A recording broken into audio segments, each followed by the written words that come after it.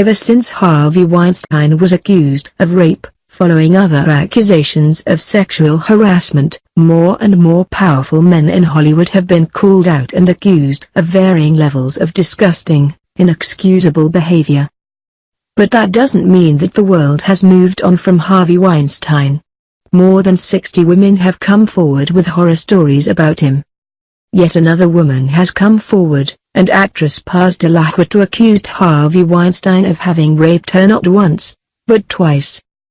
The lab is actively investigating Harvey Weinstein, which means that everyone who comes forward with their story about the one-time mega-producer's story is that much more important. Among the dozens of women who have told their #Me Too stories specifically about Weinstein were some big names.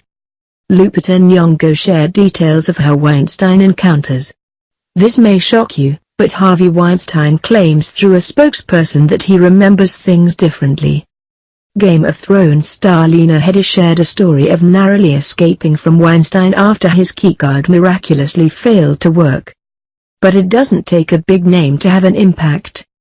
A former assistant has come forward with a chilling story of how her attempts to fend off Weinstein's alleged advances by telling him that she was on her period didn't work, and she says that he forced himself on her anyway. And now Boardwalk Empire actress Paz de la Huerta has come forward with her #Me Too story. Speaking in a phone interview to Vanity Fair, Paz de la Huerta accuses Harvey Weinstein of raping her twice. She says that she was 21 years old when Weinstein sent her science fiction novels and said to her that she might be right for a role in one of his projects. It was in 2010, when de la Huerta was 26, that Weinstein offered her a ride home to Tribeca after a hotel meeting. Remember, not that it matters because nothing excuses sexual assault, but hotel meetings are pretty standard in the entertainment industry.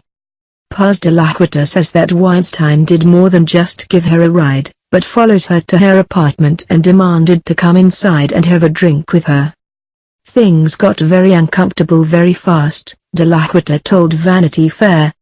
Paz de la Huerta continued her harrowing story. Immediately when we got inside the house, he started to kiss me and I kind of brushed him away. Be warned, folks, this is where it gets worse. Then he pushed me onto the bed and his pants were down and he lifted up my skirt. I felt afraid. It wasn't consensual. It happened very quickly. That's a small comfort, if any. He stuck himself inside me. When he was done he said he'd be calling me. I kind of just laid on the bed in shock. Tragically, de la Huerta says that this was the first of 2 assaults. She since tried to avoid him, but came home from a photo shoot in late 2010 to find that Weinstein arrived at her building's lobby. He hushed me and said, "Let's talk about this in your apartment." We can only imagine how frightened she was in that moment. I was in no state. I was so terrified of him, I did say no, and when he was on top of me I said, "I don't want to do this." Awful. He kept humping me and it was disgusting. He's like a pig. He raped me. Paz de la Huerta describes how that second encounter ended. I lay there feeling sick. He looked at me and said, "I'll put you in a play." He left and I never heard from him again. He knew he had done a bad thing. This is truly sickening. De la Huerta showed true bravery for sharing this story.